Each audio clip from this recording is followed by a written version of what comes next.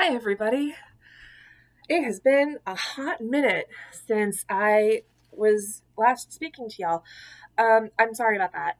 I have really not been in the headspace lately to attend to my podcast. So, apologies, but I am back now with a really glorious double tiered flower crown, and the beast is actually behaving today. So, if you're watching this on YouTube, please leave a comment about how glorious my hair looks. And yeah, so it's been a hell of a week, a hell of a month so far. Um, I'm not going to really focus on the state of the world because I still don't have the bandwidth for it. So I'm going to just kind of talk about me. Um, it has been a hell of a week. I'm going to start with the positive stuff. Today is the inauguration. We inaugurated our first female vice president, which is almost what I wanted. We inaugurated a president that I think will actually lead our country with integrity and with grace. I'm not Catholic anymore, but I believe that Joe Biden is one of the good Catholics, one of the ones who actually believes in the teachings of the Bible, who believes in what Catholicism actually preaches. And that is such a relief after so many years of the evangelicals really not living up to what Jesus wanted. I think this president will, and I think that's amazing and will do really good things for how he leads this country. And I think with Kamala Harris at his side, things are looking up. I actually think that he will hold to his promises. I do anticipate that there are going to be things in the next 4 years that I disagree with, that I'm going to talk to my reps about, that I wish did not happen the way that they do. But for the first time in 4 years, I have hope. And God, that just feels so good after 4 years of constant shame and fear and honestly terror and disbelief and feeling so exhausted every single day by the previous administration's everything. I feel hope and happiness, and it's so fragile, and I'm so scared to hold that hope. But I have hope, and that feels amazing. And we live streamed through C-SPAN the inauguration today for work for our weekly reflection session, and it felt so amazing to be sitting in this Zoom session with other people of faiths that are different than mine, but people of faith, watching this inauguration and sharing our hope and sharing the overwhelming flood of emotions. And that felt really good. It felt good to have that sense of community, that sense of connection, and just to be a witness to this day. It felt really good. And while I was sitting there watching the inauguration, I was making this flower crown, which for those of you who are just listening on the podcast, I'm sorry you can't see because I quite like this one. Anyway, while watching the inauguration, I wrote a poem, and I don't often share my poetry specifically. I'll put it out on Facebook and put it in the faceless void, but I don't often share it with my voice. But I want to do that today because I was so inspired by Amanda Gorman. Oh God, the mouthfeel of her poetry is just, mwah, it's perfect. And it inspired me. So I'm going to share this poem with y'all, and I'm probably going to start crying. So apologies to those of you watching this on YouTube. I am not a pretty crier. But here we go. What is this feeling bubbling up in my chest? I'm sobbing and laughing and can finally rest. The burdens of the last 4 endless, terror-filled years are now joyfully flung off with riotous tears. The challenges haven't changed, but my eyes are now clear. I'm not paralyzed anymore. I can work without fear. The crushing, grinding weight finally sits easy on my back, and it no longer feels that my spine's going to crack. The switch from fear to hope is dizzyingly fast, and hope is so fragile. God's how I hope it will last. The sun is now shining and blessing this land, and I believe we can move forward, each hand in hand. 4 years of shame now converts to great pride, and I'm so very thankful to still be alive and to witness this day and to share it with y'all, to feel now at last we can breathe and stand tall. The work now begins, and we're called to hard work. History has called us, and we can't flinch or shirk. But if CTS has taught me that one thing is true, with love and with purpose, we'll see our work through. It's good to actually believe that. It's really good to feel that maybe complete unity will never be possible, but we have a president now who believes in bringing people together, in working in a bipartisan way, in accepting differing opinions and trying to move forward with the best intentions of everyone in mind. And God, it feels good to actually believe that that's true. I don't know how long this feeling is going to last. I know the euphoria is not going to stay, which is a shame because I love feeling it. But for the first time in 4 years, I can breathe. I remember back in 2016, I was watching that election clusterfuck, and I was on Facebook and on Twitter, which I don't often do. I'm not huge on the Twitters, but I was sitting there with my social media, watching in growing disbelief and terror as the results came in, and we started to realize who the president was going to be. And I felt so much fear. I started sobbing, and not in a good way. I went to bed terrified and exhausted. And I woke up to a social media feed that was just as terrified and exhausted.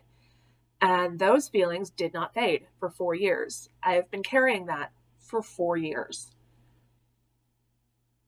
And to feel that fear lift, to feel that terror ease,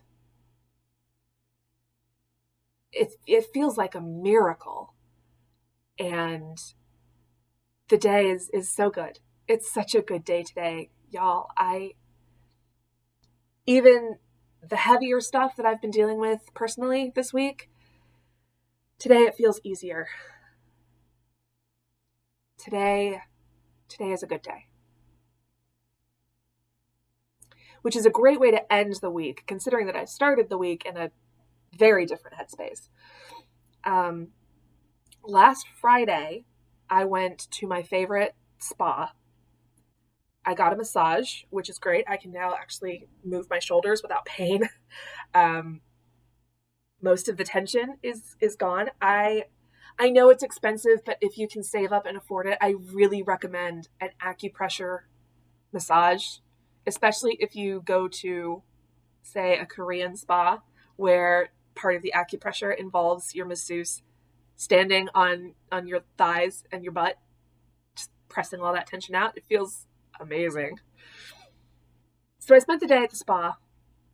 I got a massage. I sweat off a whole lot of poundage in the various hot saunas, which felt really good.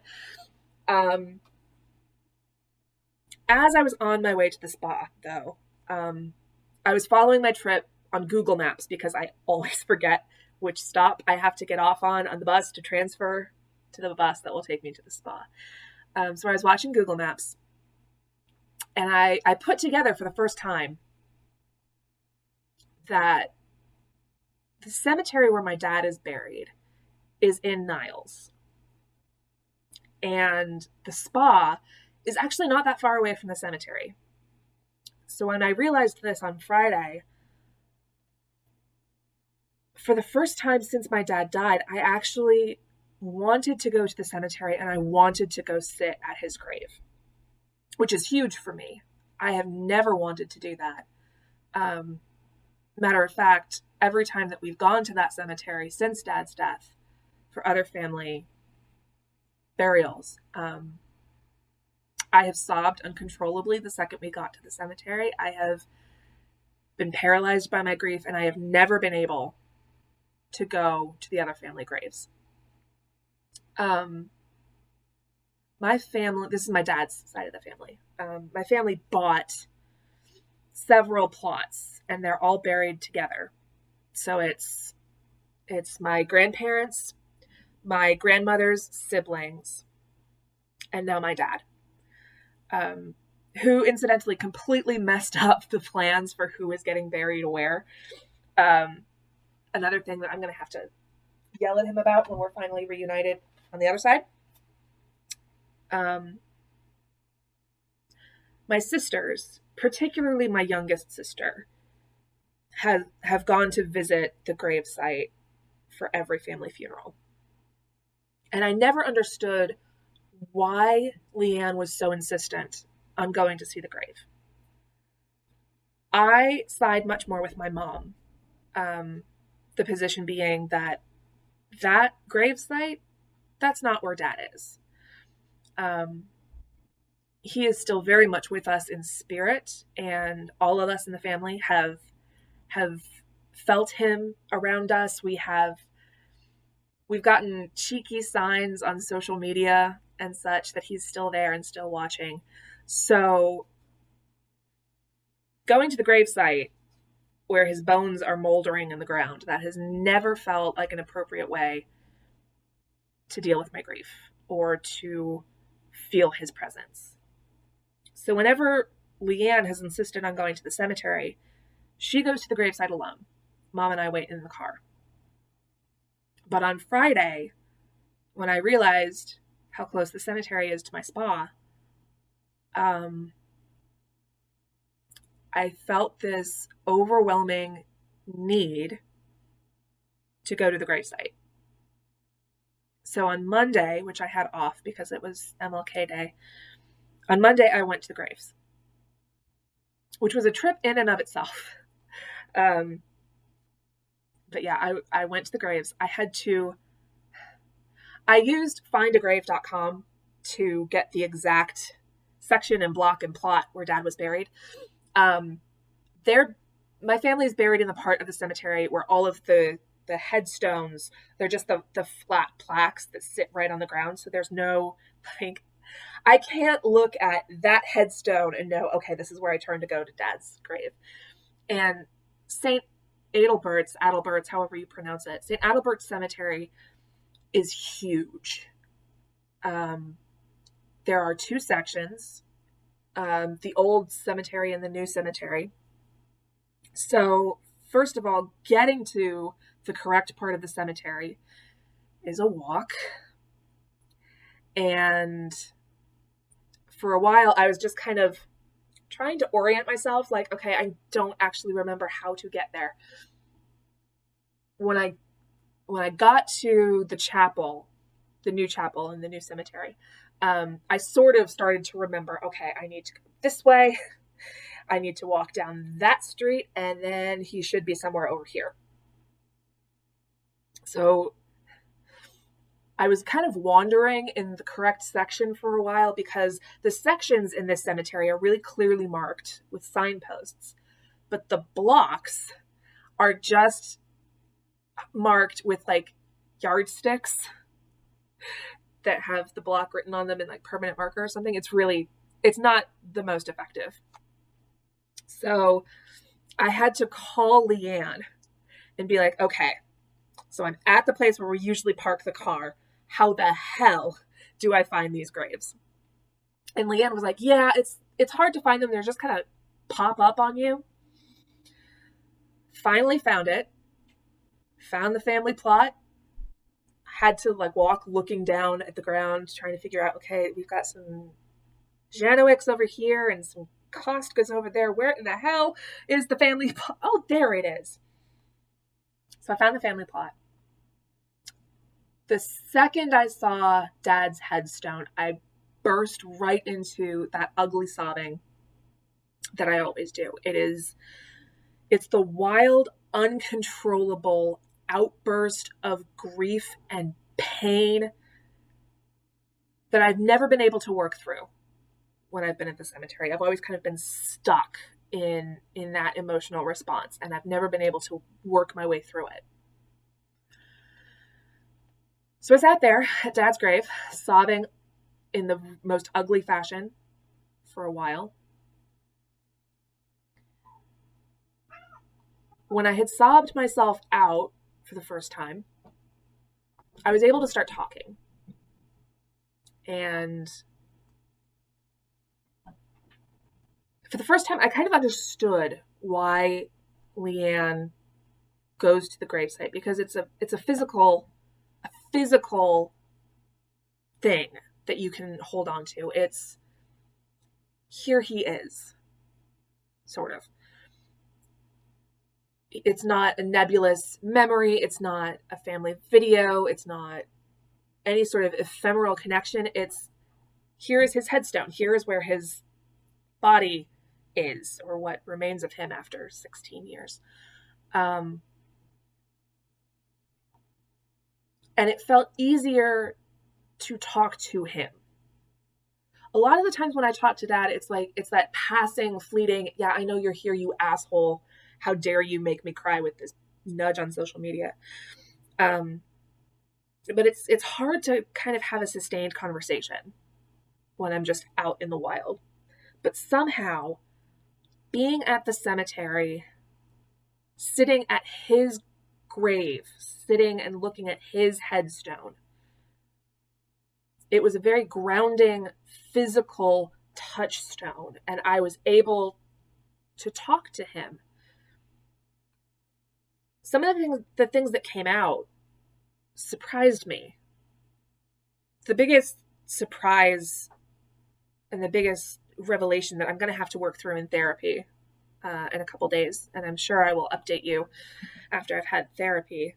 But one of the biggest things that came out was, how dare you leave me?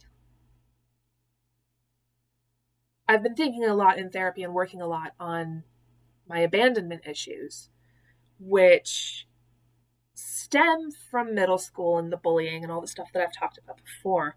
But I never really made the connection that my abandonment issues were kind of set in stone when Dad died,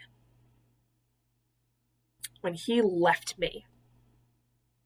And I know that it wasn't his choice. It wasn't a conscious, I'm done with this family, I'm going to leave now and fuck off to who knows where. It wasn't like Mom and Dad got divorced. It wasn't like he chose to walk out. He got in a car accident and he died. And that was not his choice. It was not his intention. But the result is the same. He left. He's gone. And I feel abandoned. Even though it wasn't his choice and it wasn't conscious, he's still left. He's gone and he's never coming back. And that is a hole in my soul that is never getting filled again. Because I will never have my dad back. There was a point when I was sitting there that I told him, I kind of want to stomp on your grave. I want to emulate the Hindu goddess Kali and just dance on your grave and burn it all down, because I'm so angry with you for leaving, for abandoning me like this, and putting me in this position where I will never hear your voice again. The only time I'll ever hear his voice is the echoes of the past caught on family video. But I will never hear his voice saying new words again.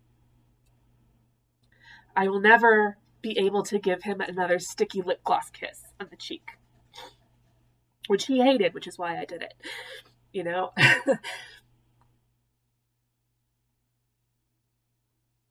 when his body was laid out for the wake, I was tempted to lean over and give him one last sticky lip gloss kiss to take with him into the grave.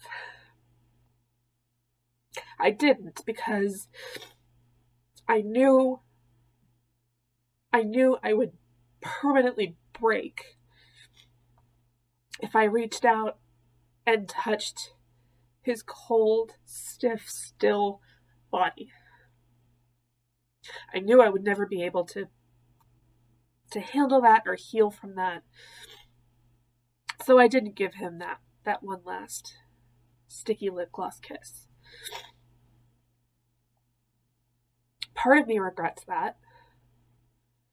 Part of me kind of wishes that I had sent that part of me with him into the grave. But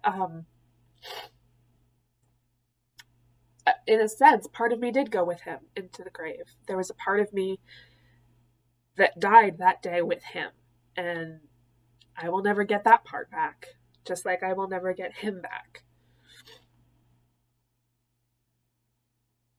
And I will never know who I could have been had I had Dad with me through the last of my teenage years, through all of the hard parts of college.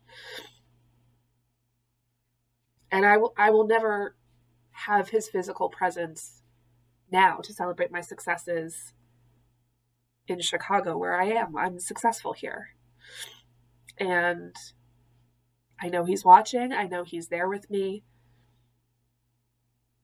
But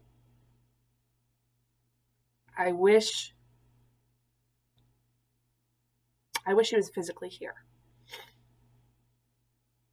I regret that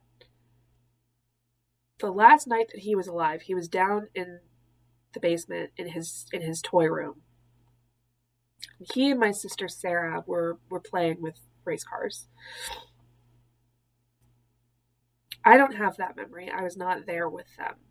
It was captured on family video, so we do have some footage of him the last night he was alive. But I don't have that memory. I was locked up in my room like I always was. So my last memory of my dad is looking in at his sleeping form when I came downstairs to go to school. I don't remember if the night before, at our last dinner together, I don't remember if I kissed him on the cheek. I don't remember if I said, "I love you."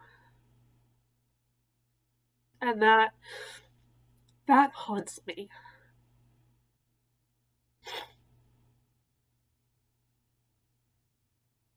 I don't remember what our goodbye looked like. I don't remember. I have this vague memory that I was mad at him for something. I don't know what. It doesn't matter. But if he left this world with me mad at him,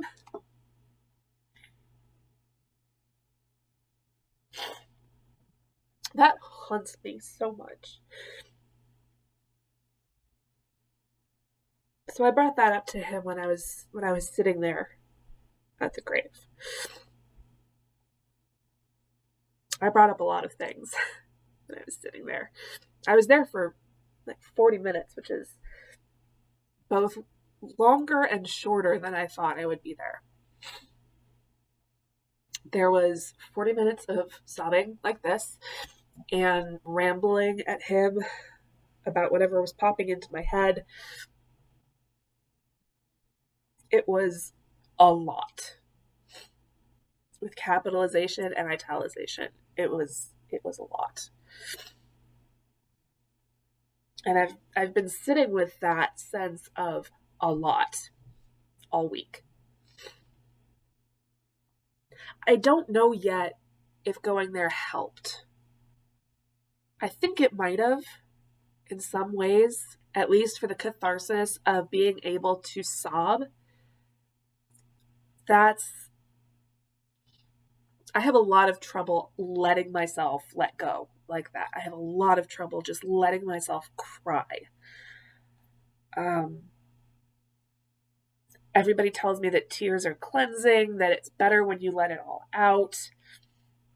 I don't know if I really agree with that because letting it out feels awful. So that's something I'm going to have to talk about in therapy. Um, so yeah, I'm not sure if it helped, but it did something. I felt some things settle. I don't know what it was.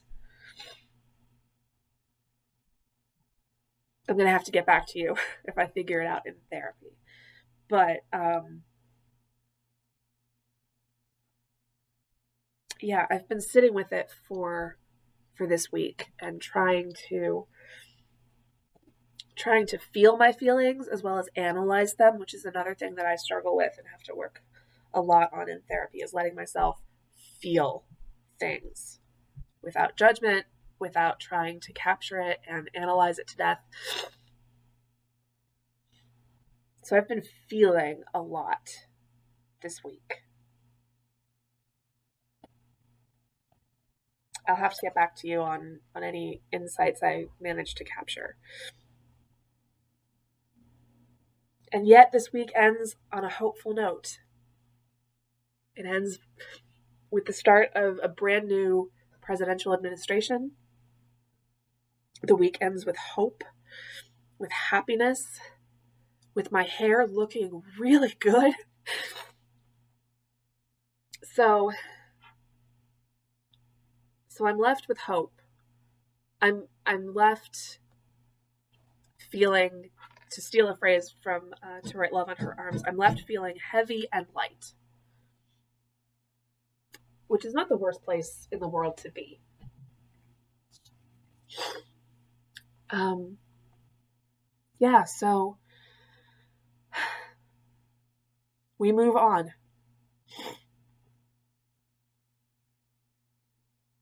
We don't move on from the trauma. We don't leave it behind. We always carry it with us, but we walk forward. We continue. So yeah, stay safe, stay sane, and let's sit in this place that is both heavy and light, hope and fear, grief and happiness. Let's sit in it and let's honor it, and let's see what comes next.